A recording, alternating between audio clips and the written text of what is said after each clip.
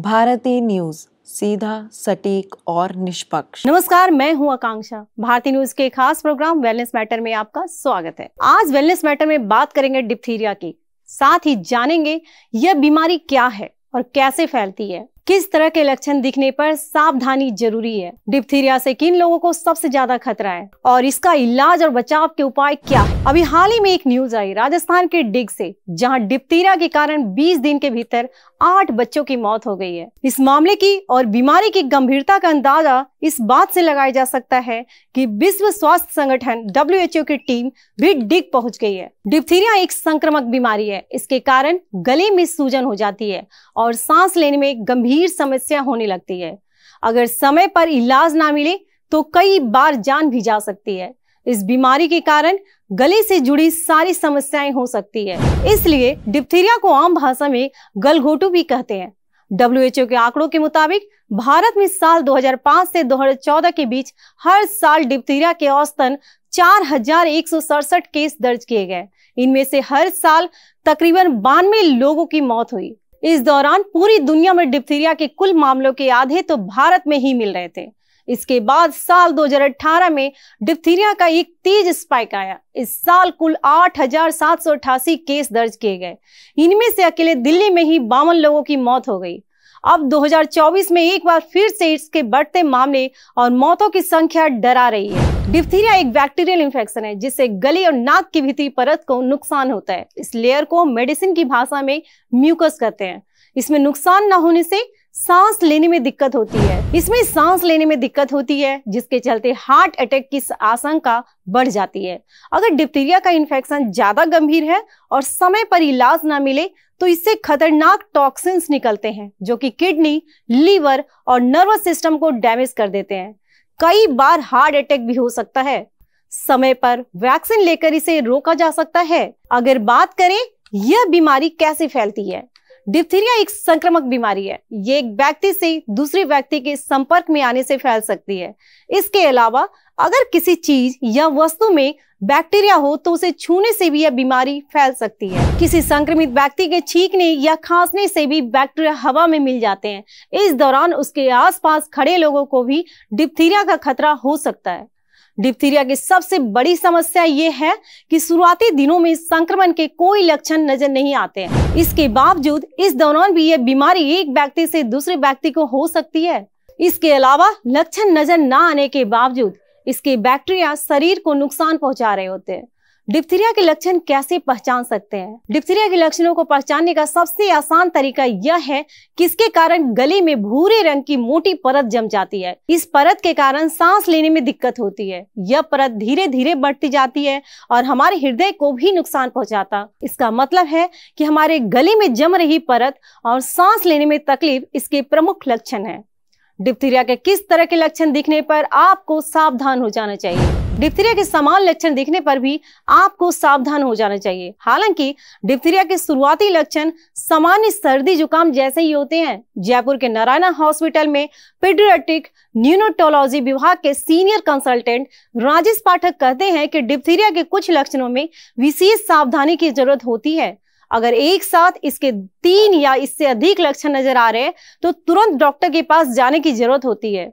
गले में लगातार खराश बनी हुई है, लगातार तेज बुखार बना हुआ है, गले में सूजन के साथ दर्द हो रहा है, सांस लेने में तकलीफ हो रही हो, कुछ खाने और निगलने में भी मुश्किल हो रही है, जुकाम और खांसी के लक्षण दिख रहे हो और लगातार थकान और कमजोरी बढ़ रही है और नजर में धुंधलापन हो रहा है, ये एक सामान्य लक्षण है डिप्थीरिया के।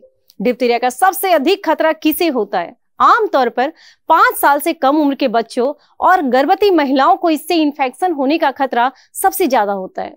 इसके अलावा जिन लोगों को भी इसकी वैक्सीन नहीं लगाई गई है और वे किसी संक्रमित व्यक्ति के संपर्क में आते हैं तो उन्हें डिप्थीरिया हो सकता है। डिप्थीरिया के कारण किस तरह के कॉम्प्लिकेशन का खतरा होता है? डिप्थीरिया के कारण सबसे पहले हमें सांस लेने में दिक्कत होती है। इसके कारण सांस लेने में समस्या होने लगती है।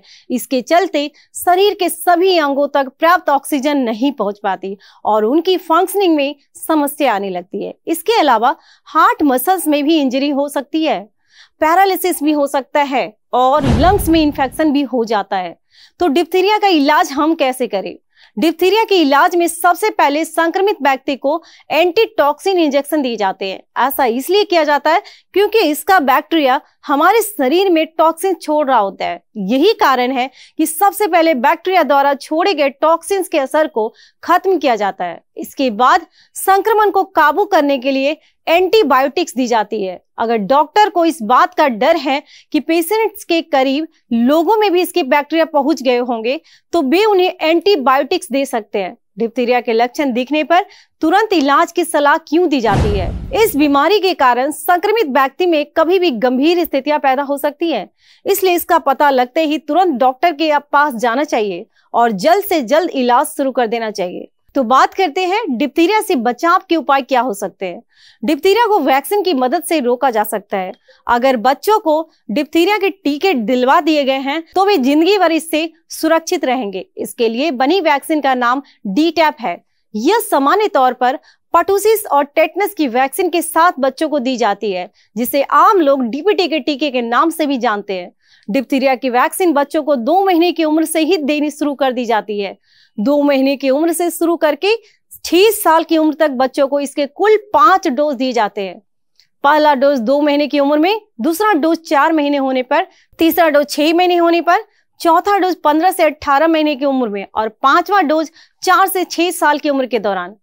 तो डिप्थीरिया होने पर सेहत का ख्याल आप कैसे रखें? अगर किसी व्यक्ति को डिप्थीरिया हुआ है तो हमें सबसे पहले ये याद रखना होगा कि इसके कारण शरीर आपका बेहद कमजोर हो जाता है। इसलिए उससे उबरने के लिए शरीर को ज्यादा से ज्यादा आराम की जरूरत होती है। अगर डिप्थीरिया का संक्रमण हृदय तक पहुंच गया है तो संक्रमित व्यक्ति को किसी भी तरह की फिजिकल एक्टिविटी से बचना चाहिए। ऑक्सीजन की कमी के कारण और हार्ट पर अधिक जोर पड़ने से हार्ट अटैक की स्थिति पैदा हो सकती है। सबसे अधिक नुकसान गले को होता है, इसलिए लंबे समय तक लिक्विड डाइट या नरम भोजन ही करना चाहिए। अगर घर में किसी एक व्यक्ति को संक्रमण हुआ है तो उसे क्वारंटाइन करना बहुत जरूरी है। इससे घर के अन्य सदस्य सुरक्षित रहेंगे। इसके अलावा घर के सभी सदस्यों को नियमित रूप से हाथ धोते रहना चाहिए। तो स्वच्छ रहें और अपना ख्याल रखें। भारतीय न्यूज के खास प्रोग्राम वेलनेस मैटर में बस इतना ही। धन्यवाद। बस अभी 12th खत्म हुई थी और अब आधे से ज्यादा टाइम ये सोचकर निकाल देते हो कि which career to choose. Well, in that case I got you covered. ये वीडियो एंड तक देखना, क्या पता I will just make up your mind. You must have thought of कोई बस ऐसा कोर्स मिल जाए जहाँ अनलिमिटेड जॉब ऑप्शंस हो, क्योंकि मैं भी यही सोचती थी, जैसे कि journalist, news anchor, radio jockey, screen writer, video editor, event manager, graphic designer, सिनेमैट, photographer, director, public relation officer, entrepreneur. In fact इन सबसे भी ज्यादा जॉब ऑप्शंस चाहिए। तो just choose BAJMC as your career. BAJMC is not just about theory but plenty of practical knowledge too. BAJMC as a course आपको provide करता है world की better understanding, meeting और working with people of top notch industry। और सिर्फ यही नहीं, BAJMC as a course आपको help करता है to grow personally and professionally too. So what are you waiting for? Choose BAJMC क्योंकि इधर आपको मिलेंगी endless possibilities।